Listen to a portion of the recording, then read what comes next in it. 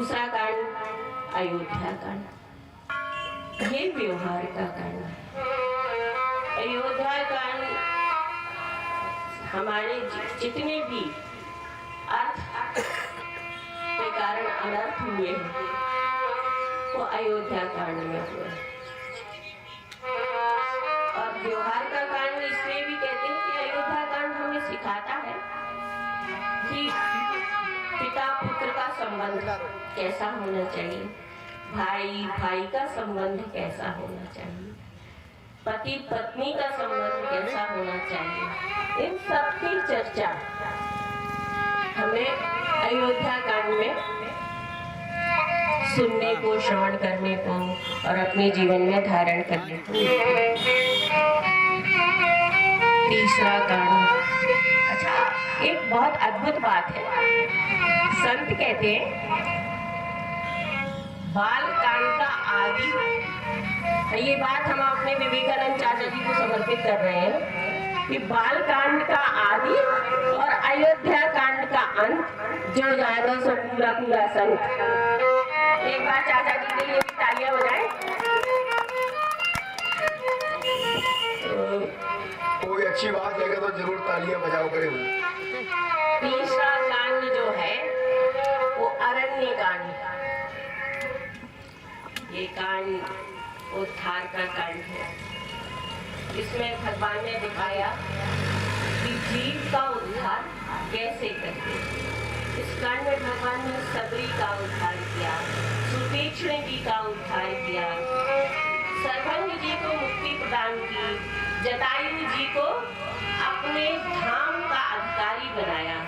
अथा अरण्य कांड हमें शिक्षा देता है कि हमें कैसा आचरण करें तो भगवान हमारा उद्धार करेंगे। उसमें जटायु जी की चर्चा आई तो एक मेरे मन में विचार आया,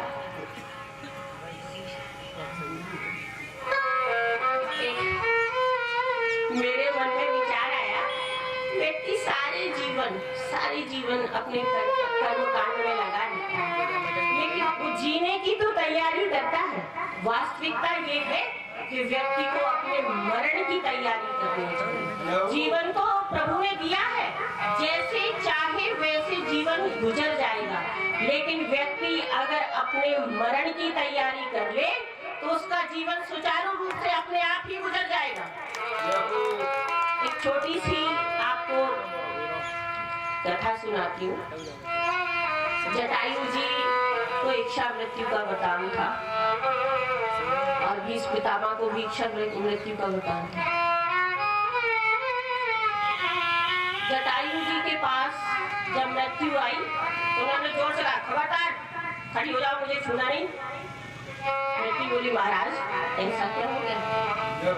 बोले अभी आपका समय। अरे बोले समय तो हो चुका है। बोले मैं छू नहीं सकती। बोले क्यों?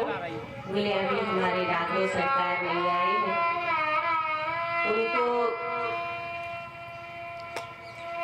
मैं सूचना दे दूं कि मैं आपके योग्य ना रह सका और आपकी अपनी पुत्री को मैं बचा ना सका। कुछ तो बता दूं कि सीता कहाँ गई, उसके बाद तुम मुझे ले जाना। अब मृत्यु खड़ी और कांप रही जटायु जी के पास नहीं है।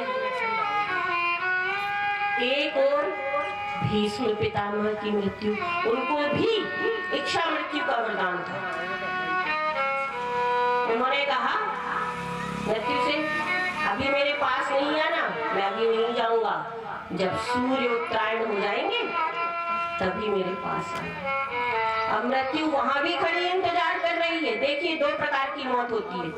मृत्यु वहां भी खड़ी इंतजार करी और जटायु जी के पास भी खड़े होकर मृत्यु ने इंतजार किया। लेकिन जटायु जी के पास जब प्रभु श्री राम आए तो उनकी आंखों में आंसू थे और उन्होंने बताया कि मैं आपके पिता का मित्र हूँ और माता सीता के साथ ऐसा ऐसा हो चुका है और मैं क्षमा चाहता हूँ कि मैं उनकी रक्षा नहीं कर पाया। प्रभु सजल नेत्र हो गए, उनको अपनी गोदी में बिठा लिया।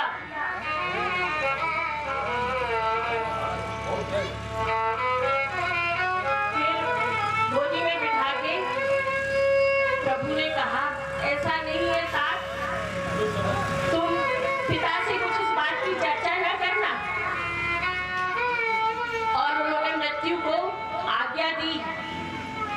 कि अब तो मुझे वरण कर लो, और प्रभु ने उन्हें श्री धाम पहुंचाया सारे संस्कार करते हुए। और नेत्र उस समय उनके भी सजल थे।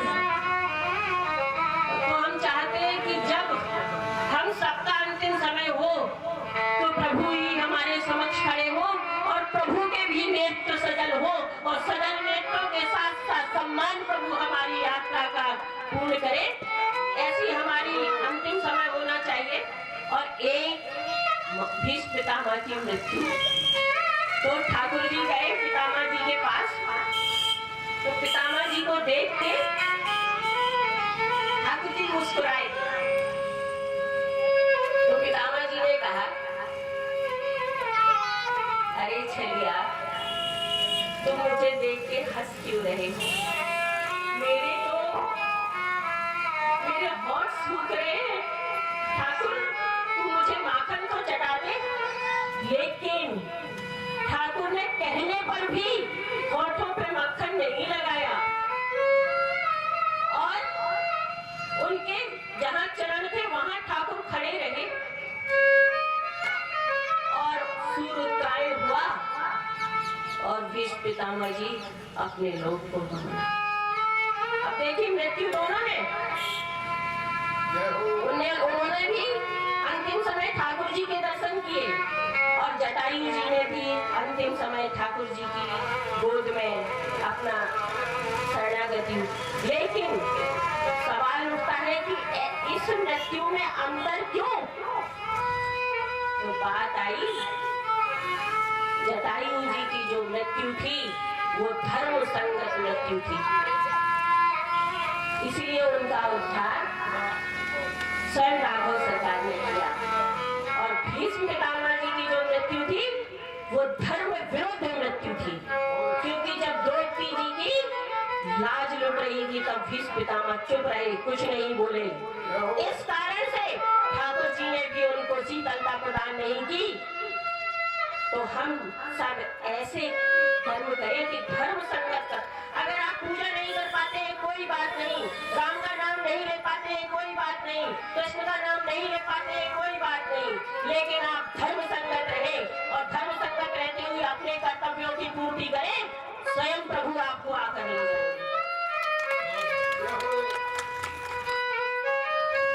ऐसे तीसरा कांड उद्धार का कांड है। चौथा एक कांड आया किष्किंधा कांड। ये कांड जो है वो पारिवारिक कांड है। सुग्रीव जी की परिवार में आसक्ति, और इतनी आसक्ति कि राम काज भी भूल गए। जैसे हमें लगता है खैरी गांव के वासी भी अभी राम काज भूले हुए हैं, पधार ही नहीं रहे।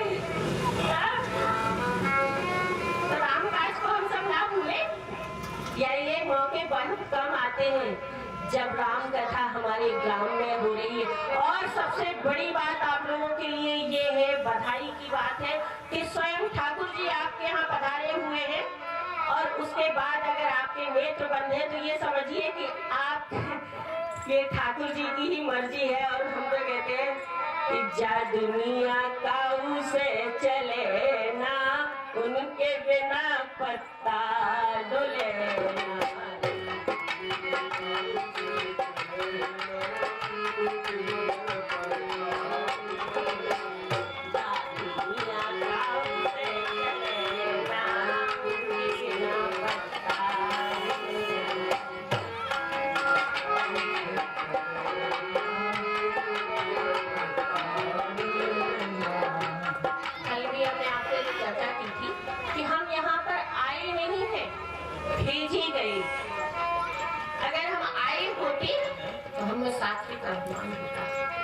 लेकिन ये तो हमारी ठाकुर जी की कृपा है कि उन्होंने भेजा हुआ है। तो जब तक ठाकुर जो नहीं आ रहे हैं यहाँ नहीं, तो हमारे समझ से ठाकुर जी की उन पर कृपा नहीं होगी, या लाड दुलार नहीं कर रहे होंगे, तो नहीं आ पा रहे हैं। तो उनकी मर्जी के गुलाम हम सब होते हैं, वही है। अब बात आई कि सुग्रीव जी राम काज बिसार चुके, इसलिए भगवान को स्वयं कहना पड़ा, सुग्रीव ही मोर विसार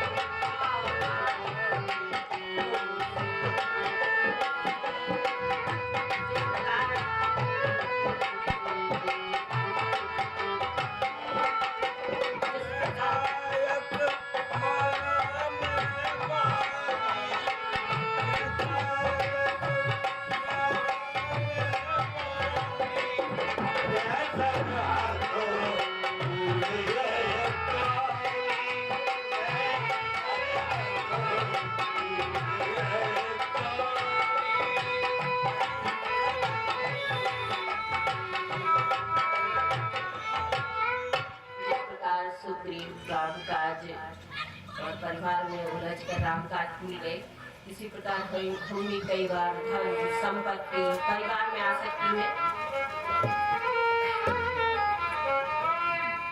आसक्ति में उलझ जाते हैं, फिर भगवान को भूल जाते हैं, भूल बैठते हैं। फिर क्या समय अनुसार भगवान का बाण चलता है, जिसे हम क्या कहते हैं, हमारे जीवन में अनुकूलता नहीं है।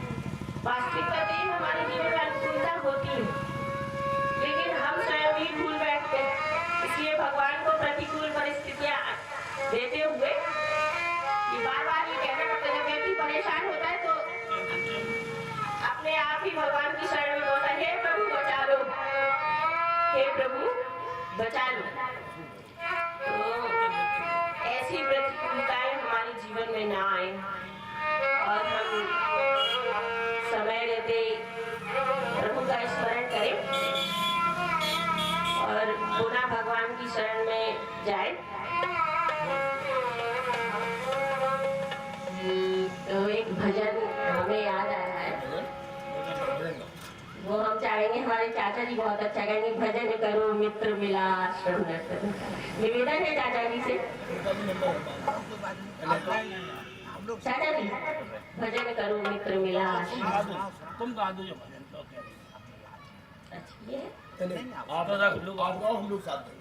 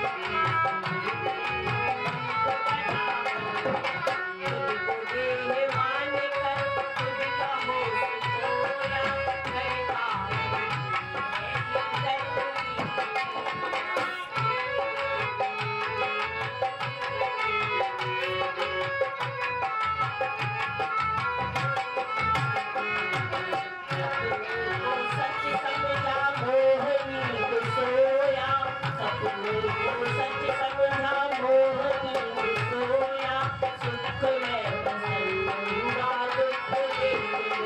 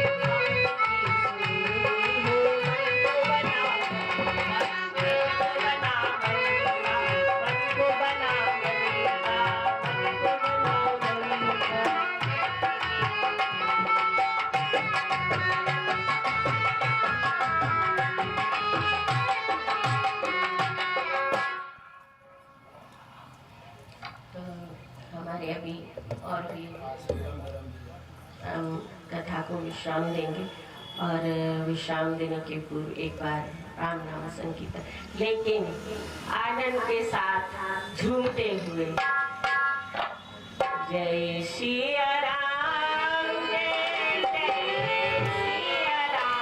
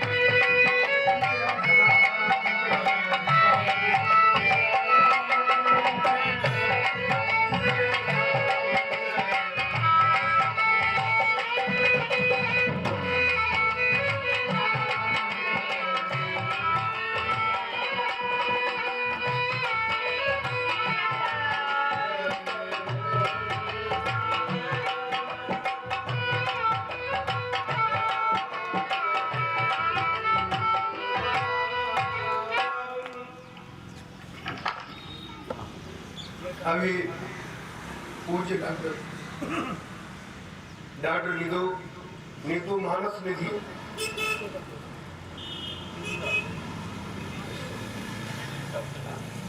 डॉक्टर निधि द्वारा हम अपन ये सार गर्भित प्रवचन सुन रहे थे।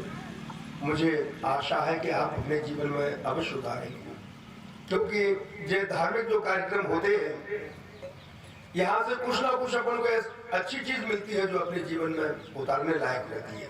और उसको अवश्य उतारना चाहिए। हम नीतू के बहुत आभारी है, इन्होंने इतने अच्छे सारे गर्भवत प्रवचन रामायण के अनेक मार्मिक प्रसंगों पर इन्होंने प्रकाश डाला, जो कि बहुत अच्छे लगे। अब हम निवेदन करेंगे स्वामी विवेकानंद महाराज से। इन्होंने पूरे भारत में राम यश पताका फहराई है।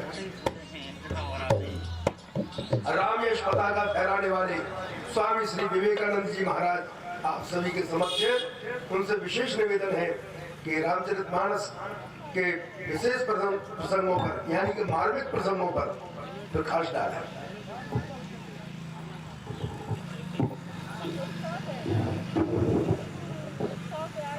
माइक वाले आओ तो नहीं रुके साधो दे माइक साधो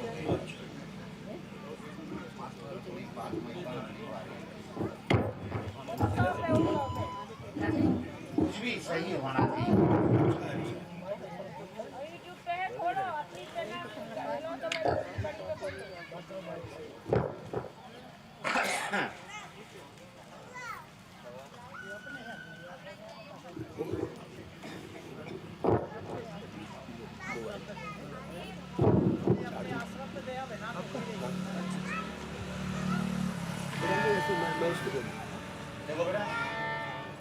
देखो बेटा